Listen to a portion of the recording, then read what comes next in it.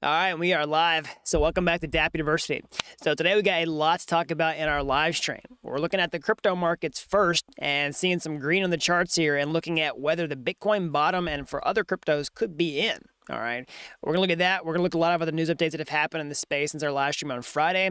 We're gonna check on some updates for the Ethereum 2.0 merge that's gonna come up later this year. We're gonna answer some of your questions and a whole lot more. So if you're new around here, hey, I'm Gregory, and on this channel I turn you into a blockchain master. So if that's something that you're interested in, then smash that like button down below for the YouTube algorithm and subscribe to this channel. And if you want to learn how to master blockchain step by step, start to finish, then head on over to dappuniversity.com/bootcamp to get started today. All right, so we got people jumping in the chat here. We got Culture Highs, Douglas, Dale, Bitnik, Pavel. I hope I'm saying that right. Is it Pavel or is it Pavel? See here. Stunderthal. Hope I'm saying that right. Eduardo, Capital Ape, Daniel, O'Shane, Rev, Jaya, Douglas. Welcome, welcome, welcome. All right, so let's jump into this. Let's start taking a look at the crypto markets because, if anybody's watching their phone over the weekend, checking the crypto markets this morning, then you probably starting to see some recovery on the charts here. All right, we've got Bitcoin trading back above the $30,000 level for the first time, and the first weekly green candle that we've seen on the chart in 9 weeks. Of course, not above $30,000 first time in 9 weeks. The first green candle forming after a series of absolutely insane 9 red candles in a row. 1, 2, 3, 4, 5, 6, 7, 8, 9. It's the first time we've ever seen anything like this in the entire crypto space. And we're starting to see, talks of a bottom forming around Bitcoin. Okay, we've got this as some major headlines. Bitcoin showing signs of bottoming out after 9 weeks of straight losses. So $29,500 level is acting as major support for the world's largest cryptocurrency. Okay, basically, we're starting to see this opinion start to float around the web. That's been a pretty strong contrast to everybody's absolutely insane, bear market down only Bitcoin's going to $10,000, $15,000 narrative that has, just completely dominated pretty much every circle that I've seen, that we're going down and get that 200-day moving average, that we're here, in crypto winterland for the next 2 years. And so I'll look at some counterpoints to that and some possibilities that what we've seen is the bottom. All right, so let's go through those systematically. So the first thing to consider is like whether this is a bottom or if we're going to have some sort of relief rally. Let's talk about it at potentially being a bottom to where we can actually start trending higher with crypto long term, as in continue on to a next leg towards a new all-time high.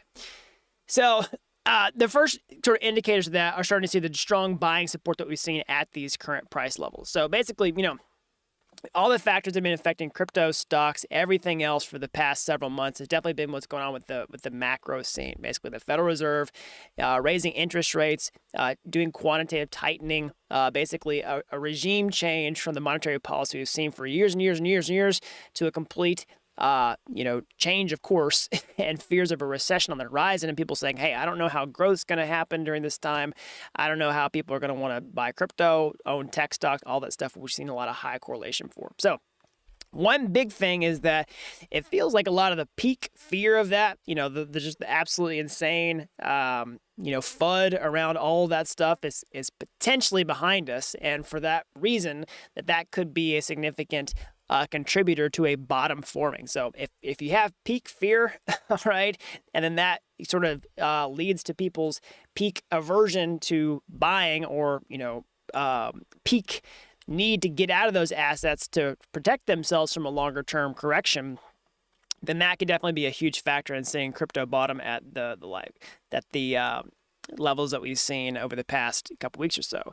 So, from a technical perspective, again, I don't really try to get too much into technical analysis. I just try to look at the big picture on things. But yeah, basically, like we're starting to see our first green weekly candle in a very long time, okay, after just a absolute bloodbath for the past 9 weeks of down only, starting to get above those levels that we saw 7 days ago. We're actually seeing a candle body form above the previous candle body, which is pretty significant, okay.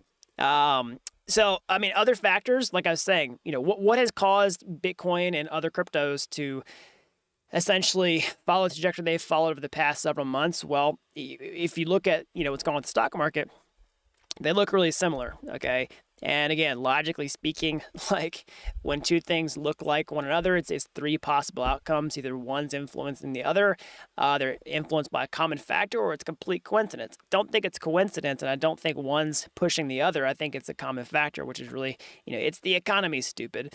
And we're starting to see equities, at least in the short term, show some signs of recovery. Okay, a very similar type of thing where we've kind of seen down only for some time and start to potentially break out of these local downtrends. Again, I'm not a big TA guy, but if I was going to draw a big line here, you could see a trend line which has been broken on this particular part of the downtrend. Now, a much bigger downtrend, we don't have a clear breakout of that particular downtrend, but we're seeing some confidence return to the marketplace, and that's happening in equities. Is also happening in crypto markets as well.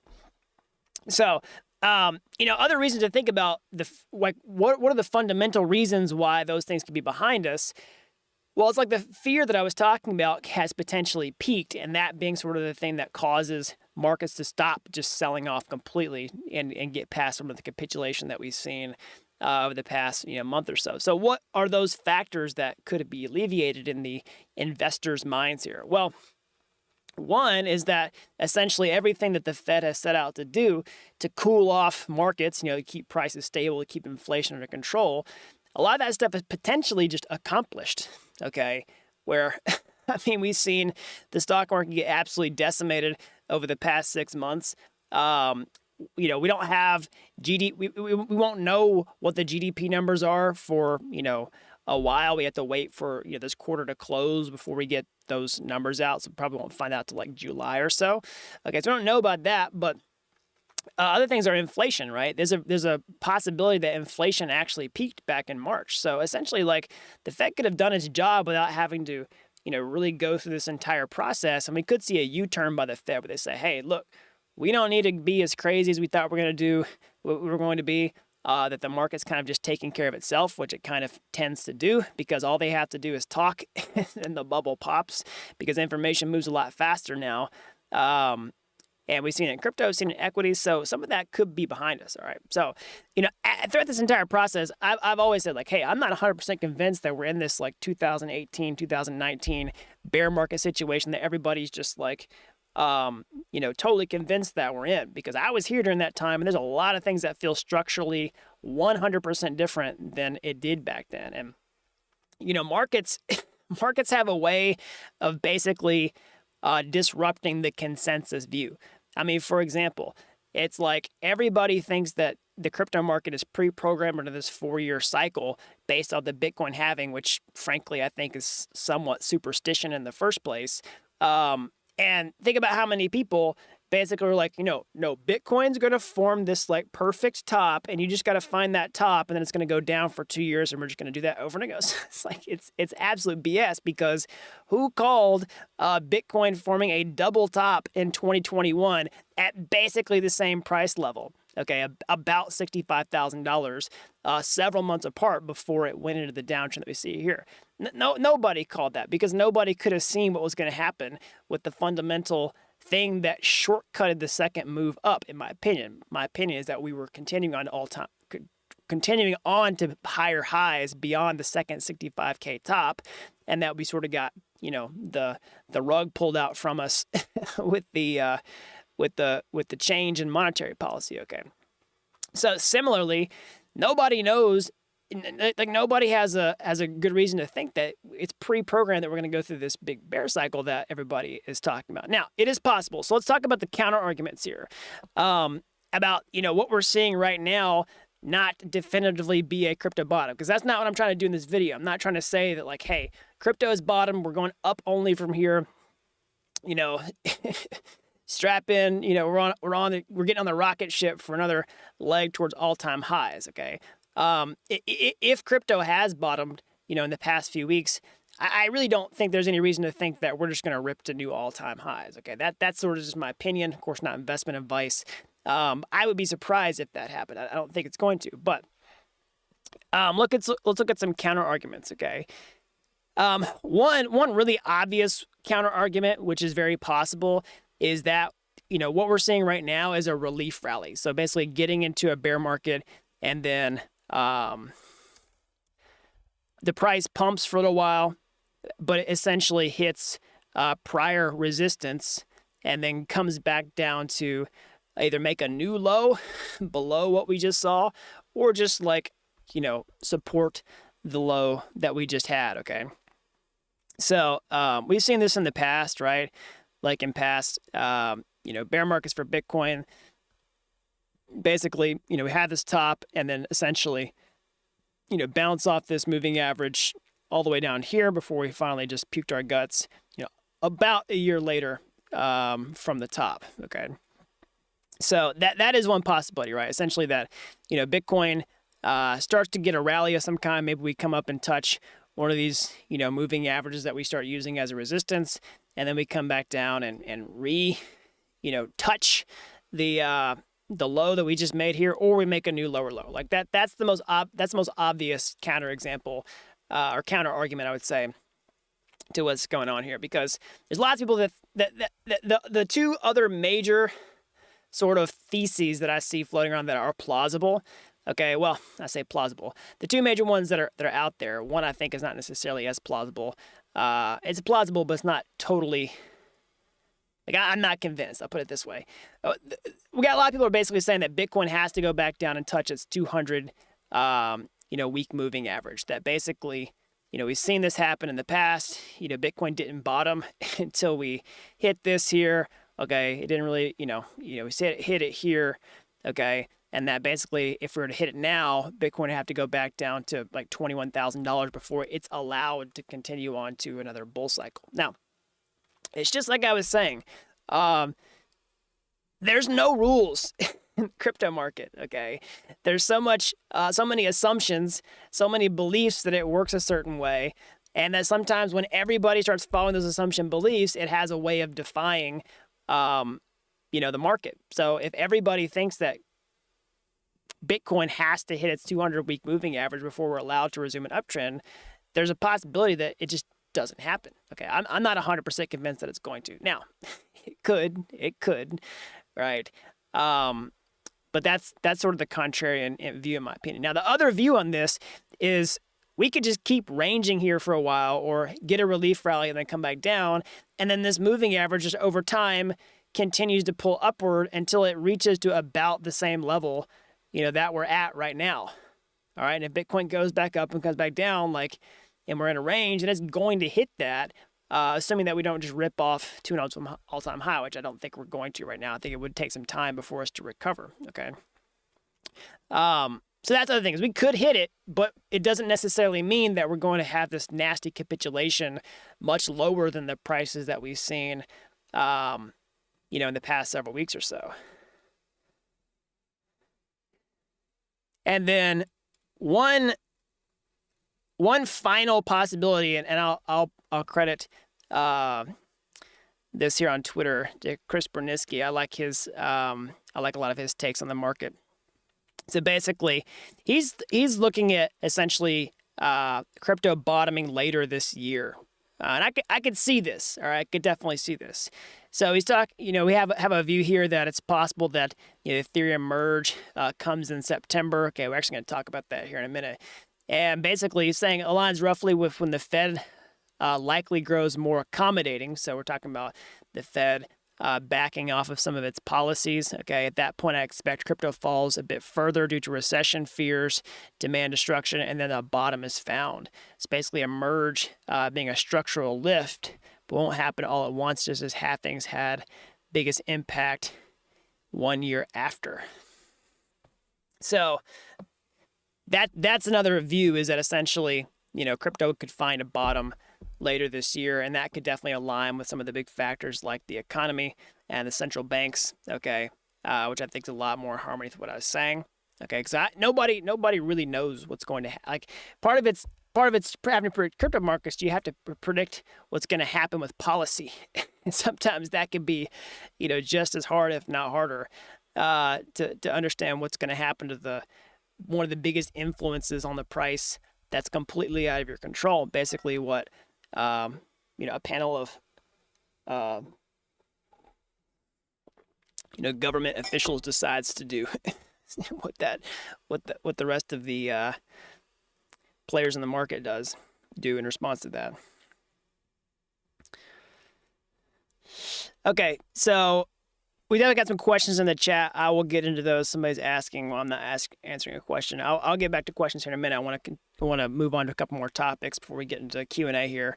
But let's look at this. We got a couple of things to look at. I want to look at the ETH 2.0 merge. Okay. A potentially updated timeline on that because I saw that in the tweet. It's a pretty good segue. We'll get some opportunities from some developers to make some money. Okay. But let's go ahead and look at the merge for a second. So basically, let me just find my tweet here.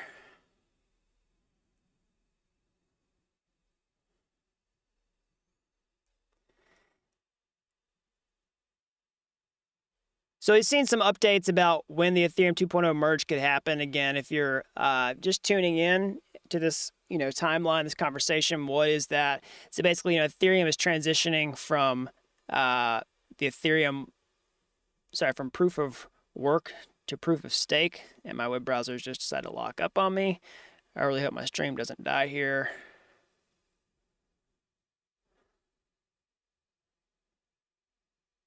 Okay, my Chrome, which I'm streaming from, has just pinwheeled. I hope everybody can still see me okay.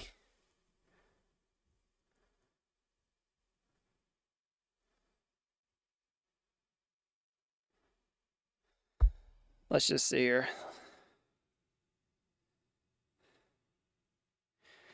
If you're watching, let's just see here. Okay, I think I got it. I think we got it. Sorry, I got some technical difficulty, everybody. Actually.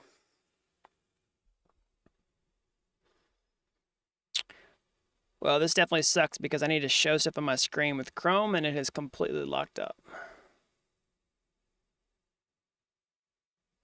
All right, I think we're back. Let's see here.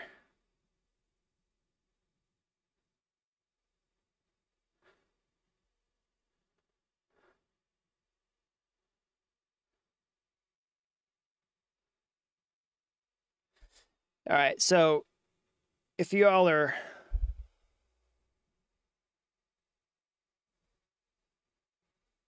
all right, we're still good. Awesome. Okay, I was trying to see if I could go back to my YouTube tab, and it looks like it is still okay. All right, so we're good. All right, so basically, Ethereum 2.0 merge is moving from proof of work to proof of stake for the long-awaited Ethereum 2.0. I know it's kind of been rebranded as the merge. People don't necessarily call it Ethereum 2.0 anymore, but that's what they've been calling for a long time. I still say that because a lot of people still understand Ethereum 2.0. But basically, this is a new improved version of Ethereum that we've been talking about for a very long time. It's rolling out in multiple phases. One of the biggest changes is Ethereum switching from proof of work to proof of stake.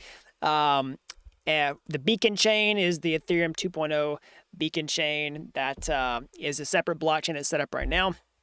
It's getting merged back into Ethereum 1.0. We've been seeing lots of potential updated timelines on this. Okay, last major expectation is that the merge would potentially, get moved back to August. Okay, so we have an update here. Let's just see. I had it pulled up on my screen, but I lost it from Tim Bako, Ethereum core developer.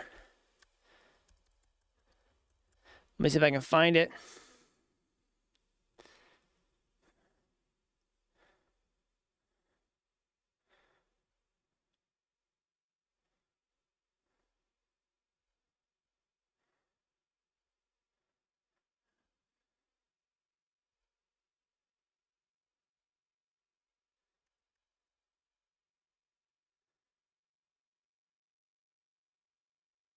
Okay, so I can't find it right now because my Twitter just crashed a second ago. But essentially, I have to just paraphrase it. But essentially, the difficulty bomb for the Ethereum blockchain is getting pushed back into August. All right, so. That was kind of expected. So what is this? So basically the difficulty bomb is essentially something that's hard coded into the Ethereum chain that that increases the difficulty to create new blocks as a miner. Okay, and it's this bomb that goes off that's hard coded that says, hey, after this block number, make it harder and harder and harder to mine these blocks, and so it becomes so hard that you just don't have a reason to mine the chain anymore. So the basic idea is that like once Ethereum 2.0 turns on, we go to proof of stake. You don't want the chain to be mineable anymore, and you don't want to have this like legacy forked ghost chain. All right.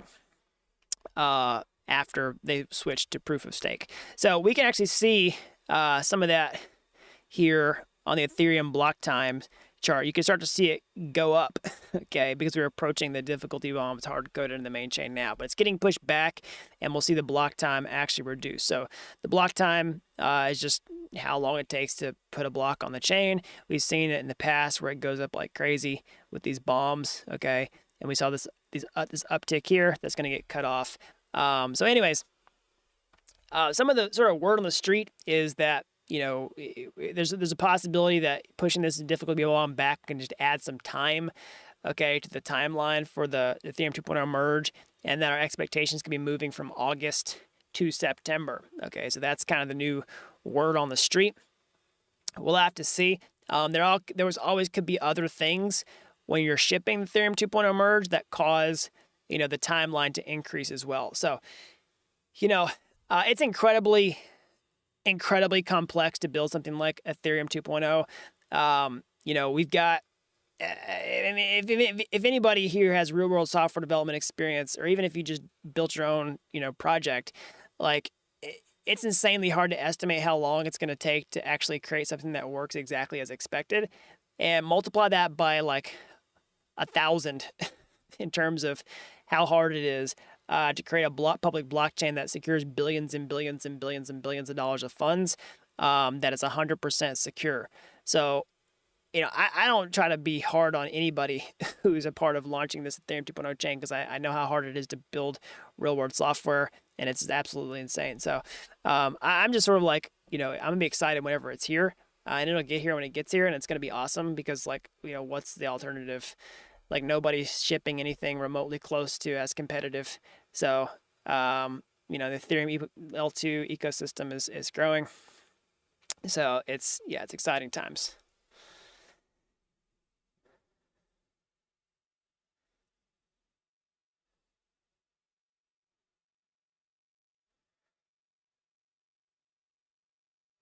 All right, let's see here.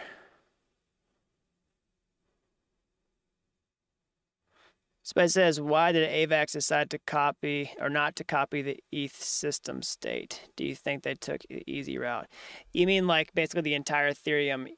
Like, well, for one, like part of what makes Ethereum valuable is its network effect of applications built on top of it. So, I mean, theoretically, you could just download the Ethereum software and start your own Ethereum blockchain, but it's not going to be worthless because you don't have all the tokens on top of it. And now let's say you took a snapshot of the entire Ethereum chain and try to create your own blockchain.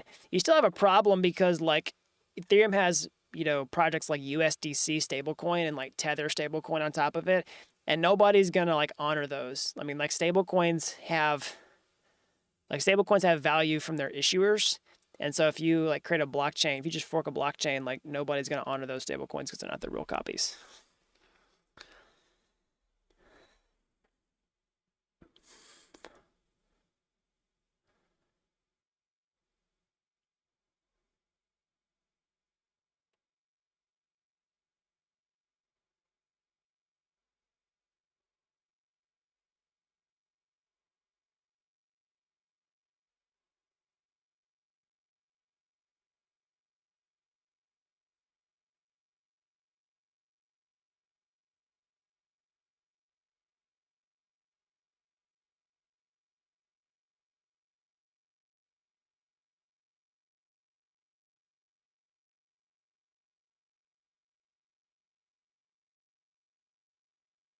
Let's see here.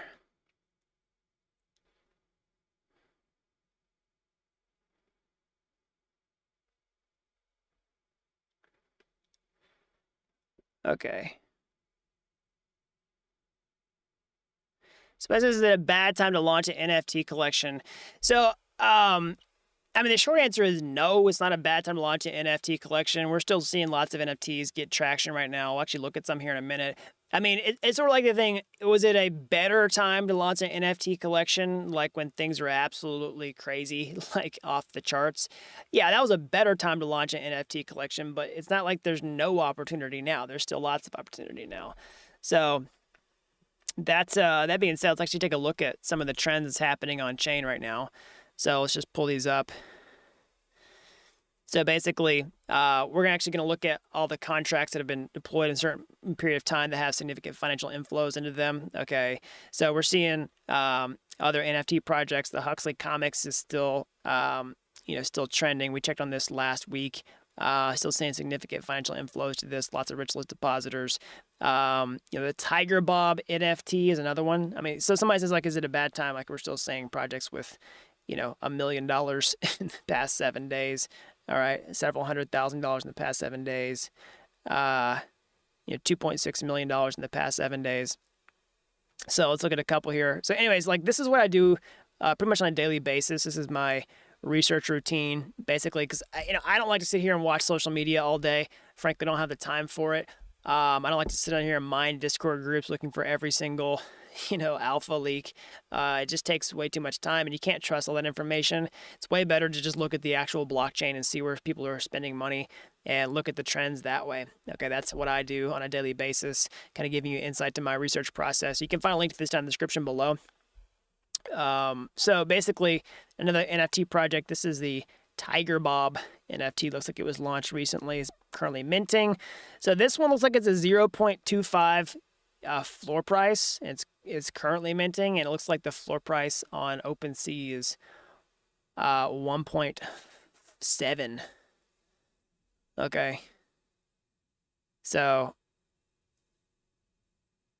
I mean, that looks like a potential arbitrage opportunity. Now, you got to be careful. Like, I'm not like trying to shill these projects, right? This is not financial advice. I'm telling you to buy any of these. All right. It's not what I'm trying to make this video or say in this video. I'm trying to show you my research process for how I filter through opportunities. Because, of course, NFTs, you never know if you're going to be able to sell an individual NFT. It's not like dumping a crypto.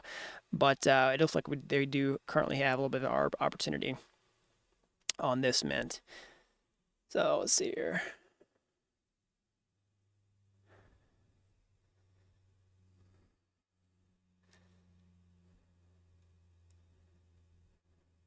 It's 1,000 collection mint price, 0.25. So you can, looks like here you can get on the, there's a whitelisting process. But looks like there are instructions on the whitelisting process on the site.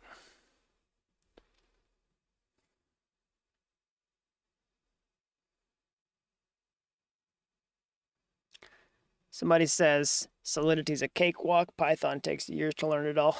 I wouldn't call it a cakewalk, but it's definitely a beginner-friendly language.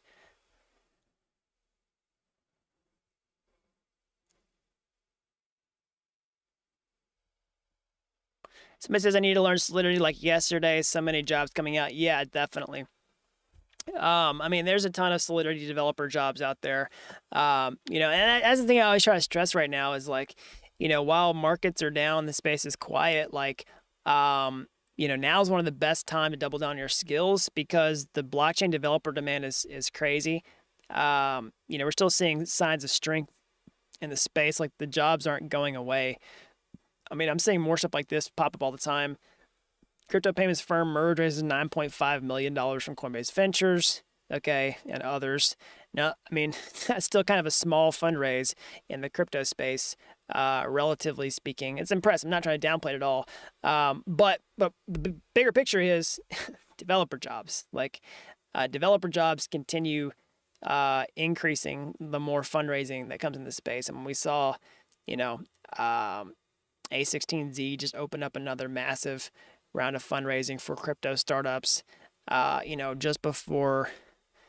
Just like I think earlier this year, we saw, Consensus raise, like, I think it was like $450 million. A lot of that's going to go into hiring. We're still seeing tons and tons and tons of hiring for Web3 developers, even though the crypto market's down. I was here in 2018, 2019. It was the same way. I mean, it wasn't actually the same way. Like, it's better now than it was back then. It was good then. It's better now. Yeah, it's my time. There's a $4.5 billion fund with A16Z last week.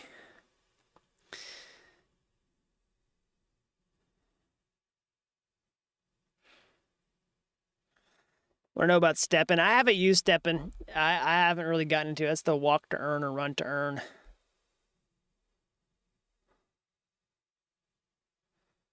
Thoughts on soulbound NFTs? Subscribe to the channel. We might have a video coming out about that later today. Notifications.